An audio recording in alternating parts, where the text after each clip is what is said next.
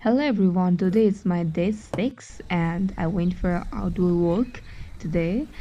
आज चाहिँ मैले जिममा वर्कआउट गरेन and then I just went for an outdoor walk.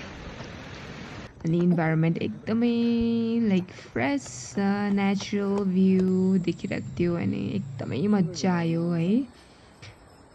अनि आफ्टर द्याट रुममा आएर मैले स्टडी गर्न Mind in the थालेँ. muscle. The key to success in your workout is to get the mind into the muscle rather than thinking about the weight itself.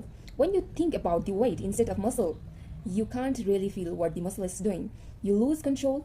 Instead of stretching and contracting the muscle with deep concentration, you are simply exerting brute strength. पढिसकेर 2 बजे lunch गरेँ अनि जिममा गएर मैले gym सबै सफा गरेँ because भोलि त विश्वकर्मा पूजा हो अनि म सफा गरिसकेर ब्याक टु रुम आएर एउटा बियर खायो उसको बाद डिनर गरेँ. So thank you for watching. See you tomorrow.